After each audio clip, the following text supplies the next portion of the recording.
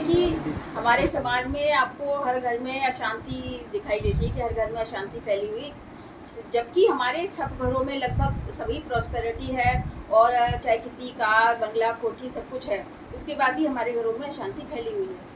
तो उसका कहीं ना कहीं कारण ये है कि हमारे घरों में संस्कारों की कमी होने की वजह से ऐसा हो रहा है। तो अब हमें ये देखना है कि संस्कार आएंगे कैसे, है ना। तो सबसे बड़ा माध्यम संस्कार का ये है कि भाई हमारी माताएं जब प्राचीन काल में ही और अभी भी उस चीज़ को जानती थी कि जब महिलाएं गर्भवती होती है उस समय ही जो संस्कार माँ गर्भावस्था के समय ही अपने बच्चों को देती है वो उसके हमेशा रहते हैं, क्योंकि माँ का संबंध बच्चे से जो है वो 9 महीने पहले ही जुड़ जाता है। बाकी लोग तो उसको बाद में देखते हैं, है ना। माँ का संबंध बच्चे से 9 महीने पहले ही जुड़ जाता है।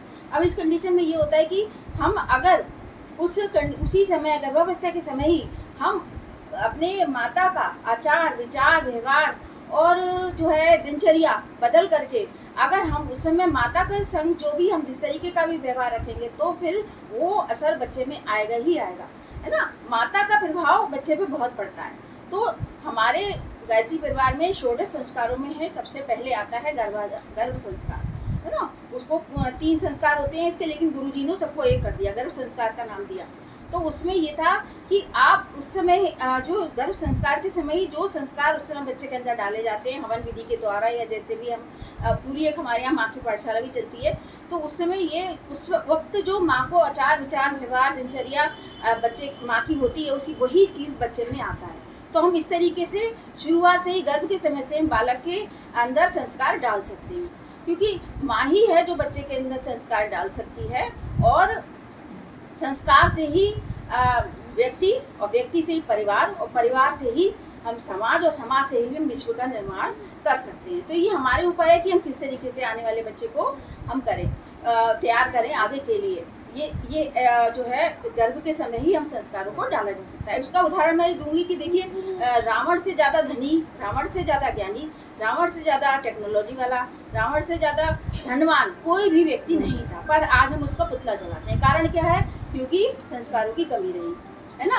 दूसरी चीज़ ये है कि अभी हम कैसे बदल सकते हैं, जो हम अपने संस्कारों को बदल के कैसे, रावण की माँ जो थी वो राक्षसी थी, है ना, और उनके पति जो वो ब्राह्मण जाति के थे, लेकिन फिर भी माँ के संस्कार आए, है ना।